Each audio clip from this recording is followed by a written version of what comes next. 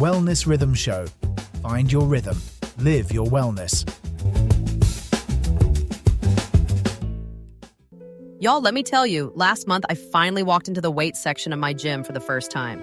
And I felt like I had wandered into a foreign country. Everyone seemed to know exactly what they were doing. And I was just standing there holding a dumbbell, completely lost. Right, and here's what's funny about that. The people who look most intimidating in the weights section are often doing the least efficient workouts. But more importantly, you are actually in the right place for the wrong reasons. What do you mean, the wrong reasons? Well, most people lift weights to look better, which is fine. But the research is telling us something far more compelling. Strength training may be one of the most powerful longevity tools we have, full stop. And that is exactly what we are unpacking today. How much resistance exercise do you actually need? Why does it matter so much? And how do real people with real lives actually make it happen? Whether you are juggling school runs or managing aging parents or thinking about your retirement years, this one applies to all of you. So let's start at the beginning. When we say strength training or resistance exercise, what are we actually talking about? Because I think a lot of listeners might picture bodybuilders and immediately check out. Right, so resistance exercise is simply any movement that forces your muscles to work against some form of load. That could be free weights, machines, resistance bands, or honestly, your own body weight. Push-ups count. Squats count. Okay, good, because I have done a push-up in my life. I'm still in the game. You are absolutely still in the game. And this brings us to why it matters so much. Let's dig into the research here. A landmark study published in the British Journal of Sports Medicine in 2022 followed over 99,000 adults. It found that muscle strengthening activities were associated with a 10 to 17% lower risk of all-cause mortality. Wait, so just doing some resistance exercise regularly can lower your risk of dying early by up to 17%? That is what the data suggests. And Dr. Brendan Humphreys at West Virginia University, who has studied this extensively, emphasizes that the protective effects appear across age groups. Here's the thing, though. That number sounds amazing in a study, but most people I know are not thinking about mortality when they are trying to figure out what to do after work. Brilliant point, Emma. So let's make it more immediate. The mechanism behind this is something called muscle mass preservation. After around age 30, we naturally lose 3 to 5% of muscle mass per decade. That process is called sarcopenia. And sarcopenia is not just about looking less toned, right? It is about actual function. Exactly. Less muscle means slower metabolism, weaker bones, higher fall risk, poorer blood sugar regulation, and reduced cardiovascular resilience. Dr. Gabrielle Lyon, who specializes in muscle-centric medicine, calls skeletal muscle the organ of longevity. I love that framing. It is not just about aesthetics. Muscle is doing serious biological work for you. And it does that work regardless of your age. Research from Tufts University by Dr. Roger Fielding and colleagues showed that resistance training in adults over 65 produced meaningful gains in both strength and functional capacity. Okay, so now I have to ask the big question everybody wants answered. How much do we actually need to do? Right. Here is what the evidence points to. The World Health Organization recommends muscle strengthening activities on 2 or more days per week, targeting all major muscle groups. The American College of Sports Medicine is slightly more specific, suggesting 2 to 3 sessions per week. So 2 days a week is genuinely enough to get meaningful benefits? Not 7, not every day before sunrise? 2 quality sessions a week consistently will move the needle significantly for most people. Consistency beats intensity every single time in the long-term data. Y'all, I want to stop here for a second, because if this kind of conversation is useful to you, please like and subscribe to The Wellness Rhythm Show. It genuinely helps us reach more people who need this information. Okay, back to the weights section. And let's talk about what those 2 sessions might actually look like. Research published in the Journal of Strength and Conditioning Research suggests that for general health and longevity, even a single set of each exercise performed to near muscular fatigue can produce significant adaptations. Wait, 1 set, not 3 sets of everything?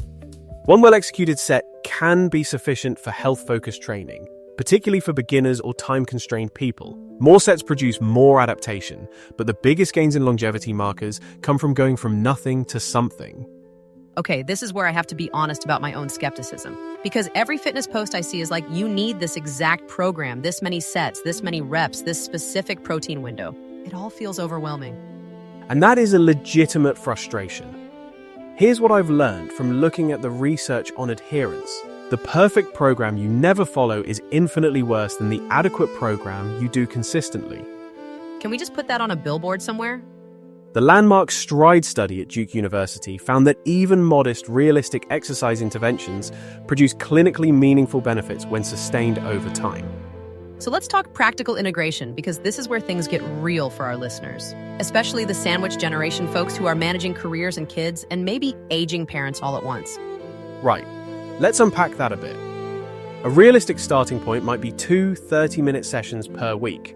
That could be a simple routine targeting legs, pushing movements, and pulling movements. Squats, push-ups, rows. That covers the major muscle groups with minimal equipment. I actually started using resistance bands at home, and I was shocked by how hard they are. My kids thought it was hilarious, but it was real work. Bands are genuinely underrated. A 2019 meta-analysis in the Journal of Human Kinetics found that resistance band training produced comparable strength gains to conventional weight training for general fitness purposes. Now here's where I want to push back a little, David. You keep making this sound very clean and logical, but the emotional barrier to starting is real. Gyms can be intimidating, especially for older adults or people who have never trained before. And that is a completely fair challenge. The research on exercise barriers, including work from the National Institute on Aging, consistently identifies intimidation, lack of knowledge, and fear of injury as primary obstacles, particularly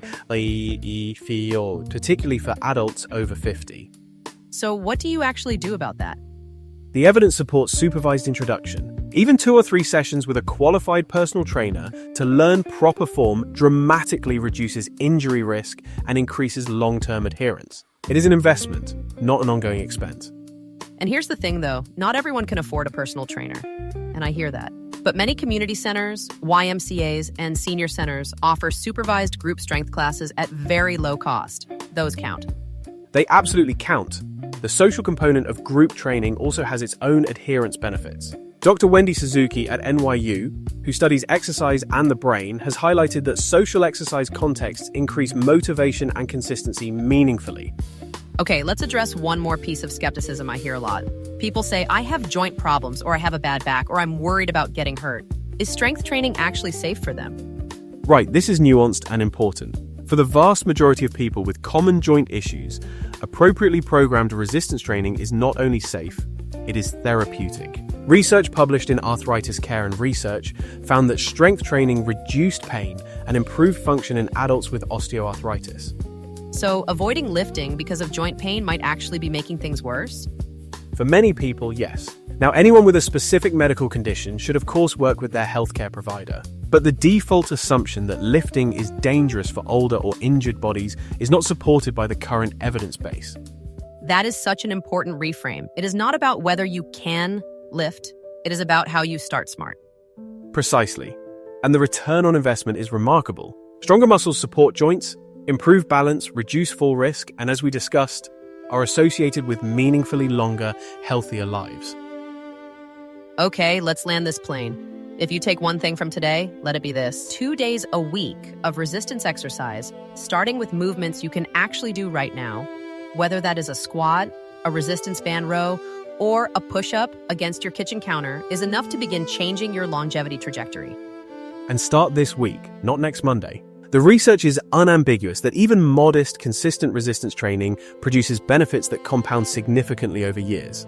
The best time to start was a decade ago. The second best time is today. I love that. Y'all, thank you so much for spending this time with us. Please do like and subscribe. If you have not already, share this episode with someone who keeps saying they will start going to the gym soon. And we will see you next time on The Wellness Rhythm Show. Right. Go lift something. Anything really. Your future self will be quietly grateful. This show is part of the VoxCrea.AI system. If you want a show like this for your organization without building it yourself, go to VoxCrea.AI and request a sample episode.